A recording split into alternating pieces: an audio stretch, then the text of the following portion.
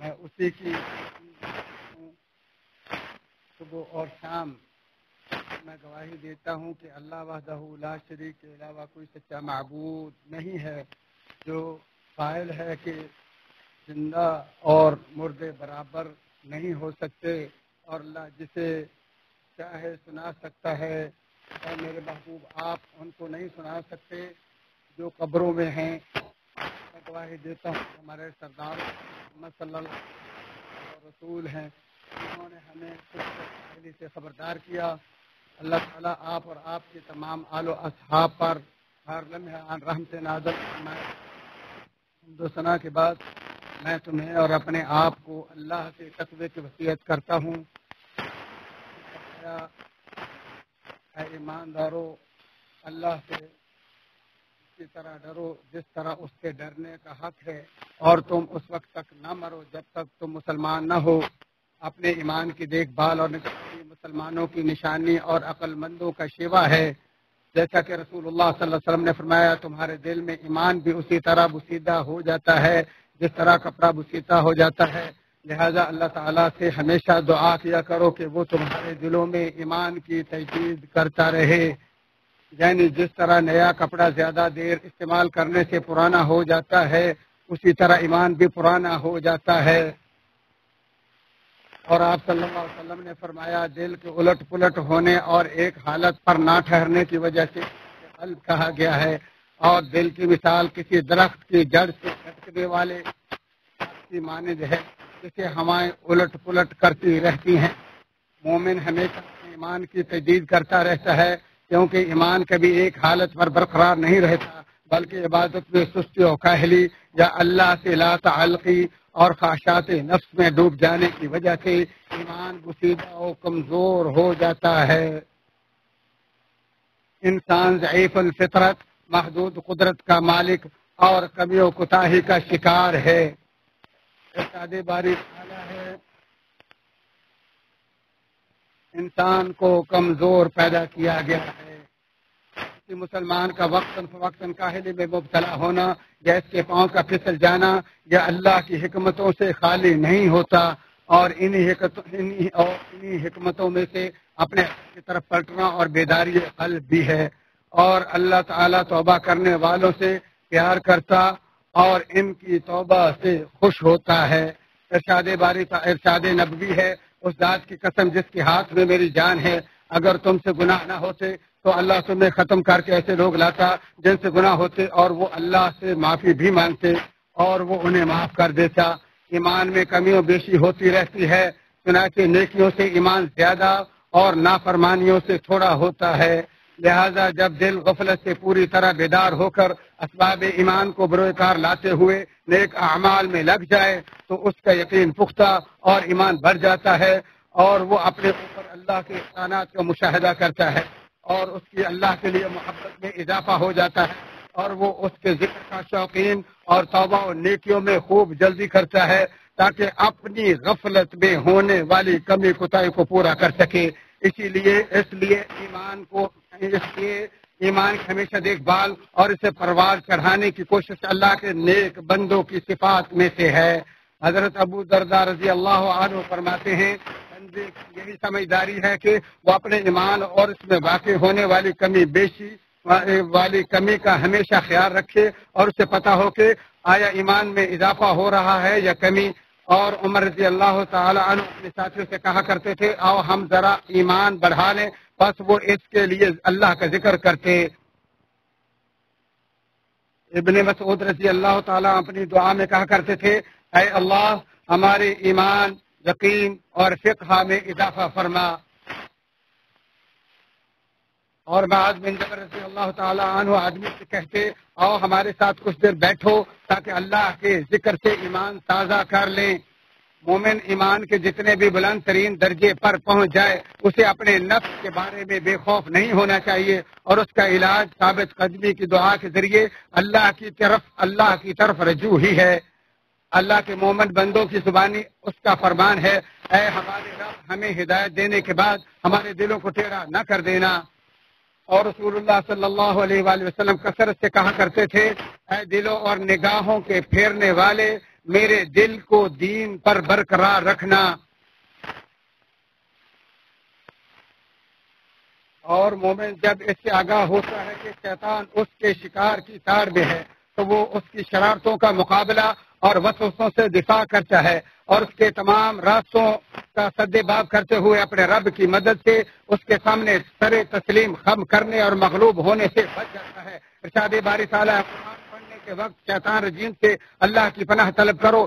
ایمان والوں اور اپنے رب پر بھروسہ رکھنے والوں پر اس کا زور مطلق نہیں چلتا۔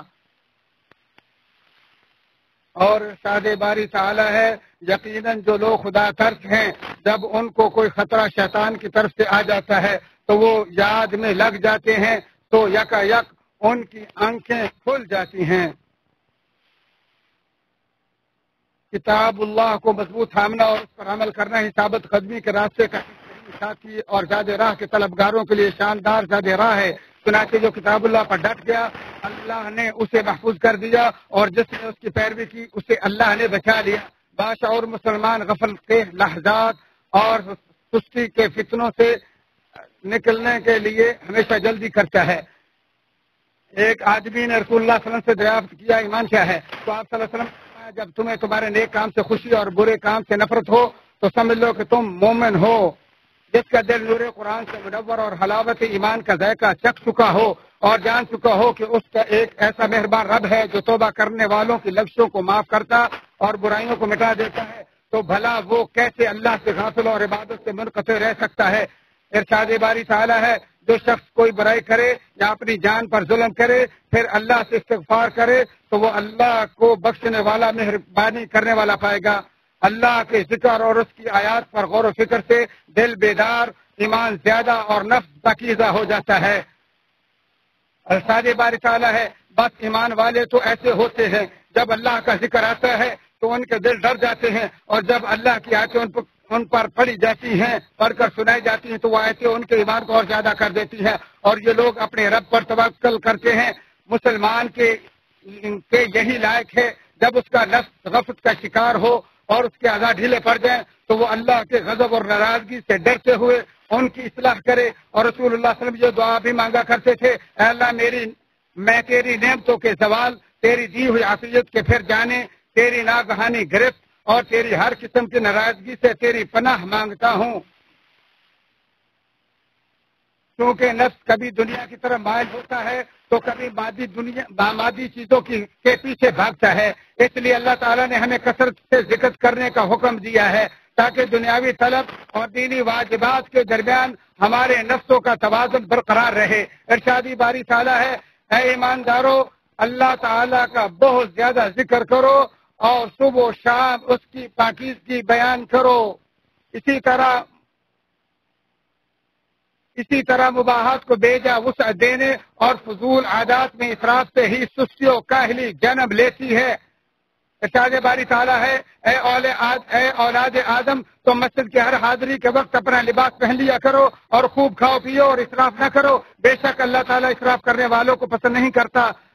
باشعور لوگوں پر عیان ہے کہ غفلت و سستی کمزور ہمت اور بدنیت لوگوں کی صحبت کا ہی نتیجہ ہوتی ہے، اور جب مسلمان غفلت کے دور ہٹانے میں لاپرواہی اور کاہلی کے مٹانے میں سستی کرتا ہے تو اس پر سنگ دلی کے اثرات مسلط ہو جاتے ہیں اور عبادت کی ادائیگی دوبر اور اس پر نیکی کرنا دشوار ہو جاتا ہے، نفس بگڑ جاتا ہے اور ایمان کی چنگاری بجھ جاتی ہے۔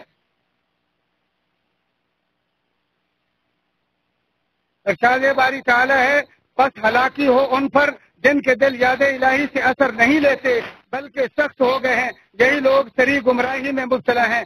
اور جب مسلمان اپنے دل کی بر وقت اصلاح نہیں کرتا تو وہ اس حالت پر پہنچ جاتا ہے جس کے بارے میں خبر دیتے ہوئے اللہ تعالیٰ نے فرمایا پھر اس کے بعد تمہارے دل پتھر جیسے بلکہ اس سے بھی زیادہ سخت ہو گئے، بعض پتھروں سے تو نہریں بہہ نکلتی ہیں اور بعض پھٹ جاتے ہیں اور ان سے پانی نکل آتا ہے، اور بعض اللہ کے ڈر سے گر پڑتے ہیں اور تم اللہ کو اپنے اعمال سے غافل نہ جانو۔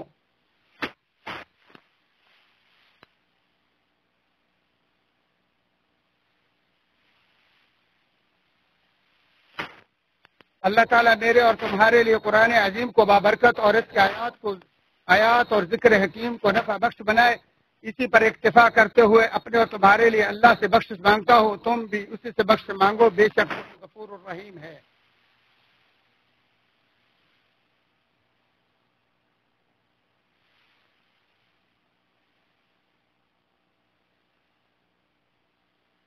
تمام تعریفیں اللہ کے لیے ہیں جس نے دعا مانگنے والے کی دعا کو قبول کیا اور وہ دعاؤں کو قبول کرتا ہے، اور میں گواہی دیتا ہوں کہ اللہ وحدہ لا شریک کے علاوہ کوئی سچا معبود نہیں، اور میں گواہی دیتا ہوں کہ ہمارے سردار اور نبی محمد صلی اللہ علیہ وسلم اس کے بندے اور اس کا نبی مجتبی ہیں۔ اللہ تعالیٰ آپ اور آپ کے تمام اصحاب پر درود و سلام بھیجے۔ حمد و ثنا کے بعد میں تمہیں اور اپنے آپ کو اللہ کے تقوی کی وصیت کرتا ہوں۔ مسلمان جس قدر بھی غفلت سے دو چار ہو جائے اور اس پر سستی و کاہلی کی علامات نمودار ہو جائیں اور اس کے قدم پھسل جائیں، بہرحال توبہ کا دروازہ بلا شبہ کھلا اور واپسی کا راستہ نیکیوں سے بھرپور ہے، اور اللہ تعالیٰ اپنی طرف واپس آنے والوں سے پیار کرتا ہے، اور حدیث قدسی میں فرماتا ہے، اے میرے بندو، بے شک تم دن رات خطائیں کرتے ہو اور میں ہی تمام گناہوں کو بخشتا ہوں، تو تم مجھ سے معافی مانگو، میں تم کو معاف کر دوں گا۔